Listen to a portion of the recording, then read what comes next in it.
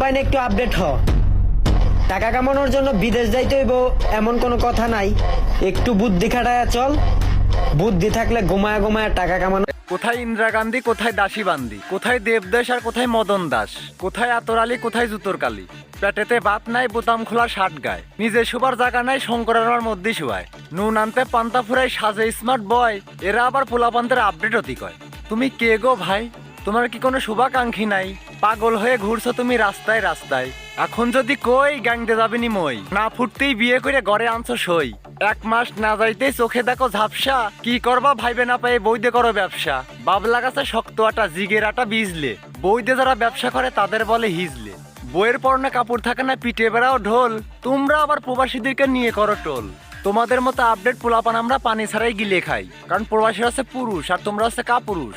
বইদে যারা ব্যবসা করে তারা কাপুরুষ। কষ্ট না দাঁড়াতেই বিয়ে করবা, 2-4 মাস যাবি, পরে চোখে ঝাপসা দেখবা, পারবা না বউকে খাওয়াতি, তখন আর কি করা? ওই যে একটা ব্যবসা, কাপল ব্লগার।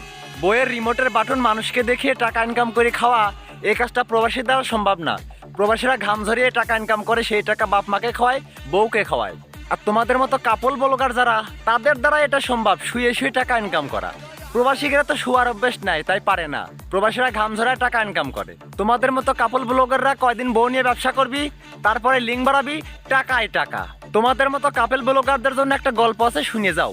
একটা লোকের নাম ছিল ফ্যান চাটা, তাই যাতে ওটার জন্য মক্কেল মাতবার ডাক দিয়ে নামটা চেঞ্জ করলো। নাম রাখলো হচ্ছে মধু চাটা। নাম কিন্তু ঠিকই চেঞ্জ ছিল, লাস্টে কিন্তু এই চাটা শব্দ থাইকেই গেল।